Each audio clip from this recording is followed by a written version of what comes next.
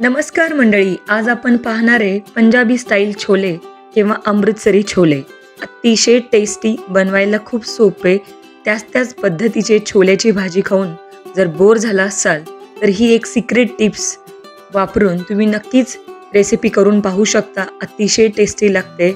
Even भाजीची gravy जर तुमची दाटसर होत नसेल तर अशा वेळी काय करावं यासाठी सुद्धा मी एक महत्त्वाची टिप सांगितलेली आहे. ही छोल्याची भाजी पुरीसोबत, पराठ्यासोबत, नानसोबत किंवा भटुऱ्यासोबत सुद्धा खाऊ शकता. अप्रतिम चवीची होते. बेसिक मसाले आहेत जे की घरात प्रत्येकांच्या अवेलेबल असतात, त्याच मसाल्यांचा मी वापर केलेला आहे. सगळ्यात अगोदर छोल्याची भाजी बनवण्याकरता आपल्याला छोले रात्री भिजत ठेवायचे आहेत. किमान 8 तास तरी भिजवावेत, जेणेकरून छोले शिजायला जास्त वेळ लागत नाही. अगदीच वेळ नसेल तर मिनिमम 5 तास तरी भिजवायला हवेच. त्यानंतर कुकरमध्ये भिजवलेले छोले टाकून आपल्याला साधारणतः 1 ग्लास पाणी ॲड करायचं आहे आणि त्यामध्ये एक सुखे मसाले ॲड करायचे आहेत. थोडंसं चवीनुसार मीठ, जेणेकरून छोले लवकर शिजतात. हळद टाकली आहे अर्धा छोटा चमचा. 2 तमालपत्र वापरायचे आहेत आपल्याला. आणि मग इथे एक मसाला वेलची घेतलेली आहे मी. साधारणतः एक 4 ते 5 आपण काळी मिरी, 2 ते 3 लवंग आणि 1-2 दालचिनीचे तुकडे घेतलेले आहेत. रेसिपीचे साहित्य डिस्क्रिप्शन बॉक्समध्ये देणारच आहे. असं केल्यामुळं होतं काय, की छोल्यांना जो मसाल्यांचा फ्लेवर आहे तो खूप चांगल्या पद्धतीने येतो. अर्थातच आपल्याला छोले या पद्धतीने मसाले टाकून वाफवून घ्यायचे किंवा शिजवून घ्यायचेत. साधारणतः 3 ते 4 शिट्ट्या मी करून घेणार आहे. तोपर्यंत एक मसाला तयार करतोय. तर मिक्सरच्या भांड्यामध्ये 7 ते 8 लसूण पाकळ्या, अर्धा इंच आल्याचा तुकडा, 2 हिरव्या मिरच्या आणि साधारणतः 2 मीडियम साईजचे कांदे घेतलेले आहेत. आता याची आपल्याला मिक्सरमध्ये बारीक पेस्ट करून घ्यायचे.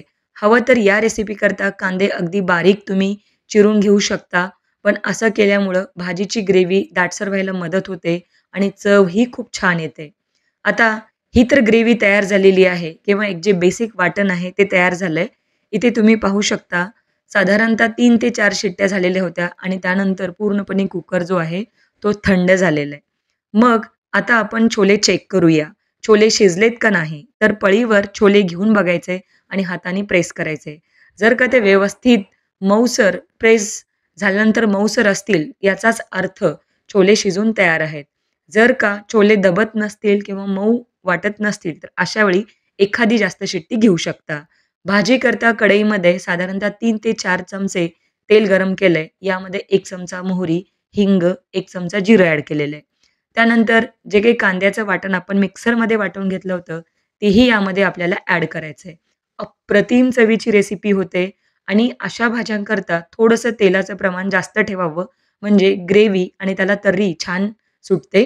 आता बेसिक मसाले, लाल तिखट, धने पावडर, हळद आणि छोले मसाला, याचबरोबर चवीनुसार मीठ आणि कसुरी मेथी आपण वापरलेली आहे. सगळे मसाले घरात तुमच्या अवेलेबल असतात, त्याच मसाल्याचा वापर करावा. आता या रेसिपीमध्ये तुम्ही अमृतसरी छोलेमध्ये थोडंसं आंबटपणा येण्यासाठी इथे आपण टोमॅटो वापरलेत. साधारणतः 2 टोमॅटो घेतलेले आहेत. त्यानंतर भाजीची ग्रेव्ही दाटसर व्हावी यासाठी थोडेसे छोले आपल्याला मिक्सरमध्ये बारीक वाटून घ्यायचे आहेत. यामुळं होतं काय, की बऱ्याचदा होतं ना, की छोले वेगळे आणि त्याची ग्रेव्ही वेगळी होते किंवा खूप जास्त सैलसर दिसते त्याची ग्रेव्ही. अशा वेळी दाटसरपणा येण्यासाठी आपल्याला यामध्ये छोले वाटून वापरायचे आहेत. साधारणतः थोडेसे 2 चमचे छोले मिक्सरला वाटून घ्या आणि ते त्या ग्रेव्हीमध्ये टाकून तो मसाला पूर्णपणे परतून घ्या तेल सुटेपर्यंत. मग त्यामध्ये आपण उकडून घेतलेले छोले ॲड करायचे आणि भाजीला छान उकळी फुटली की गॅस मीडियम टू लो ठेवायचा आणि पुढील जी काही तुम्हाला ग्रेव्ही हवी असेल त्या पद्धतीने भाजी शिजवून घ्या. बारीक चिरलेली कोथिंबीर ॲड करा आणि मग भाजी तयार झाली की झाकण लावून बंद करा. आता अमृतसरी छोले किंवा पंजाबी छोल्यामध्ये एक तडका दिला जातो. त्यासाठी बटर किंवा तूप वापरा. साधारणतः 2 चमचे हिंग वापरलंय आणि इथे थोडंसं अद्रक, लसूण उभा चिरून घेतलेलं आहे, 2 हिरव्या मिरच्या आणि काश्मीरी रेड चिली पावडर थोडीशी. तडका तयार झालेला आहे. गरमागरम छोल्याची भाजी तयार झाली आहे. अप्रतिम चवीची भाजी मी भटुऱ्याबरोबर सर्व्ह केली होती. हवं तर भटुऱ्याची रेसिपी हवी असेल तर कमेंटमध्ये नक्की सांगा. आता भाजी सर्व्ह केल्यानंतर यावर बारीक चिरलेली कोथिंबीर आणि तडका ॲड करा आणि गरमागरम भाजीचा भटुऱ्याबरोबर आनंद घ्या. अतिशय टेस्टी छोले आपले तयार झालेले आहेत. तर तुम्हीही ट्राय करा. रेसिपी आवडली तर लाईक, शेअर, सबस्क्राईब नक्की करा.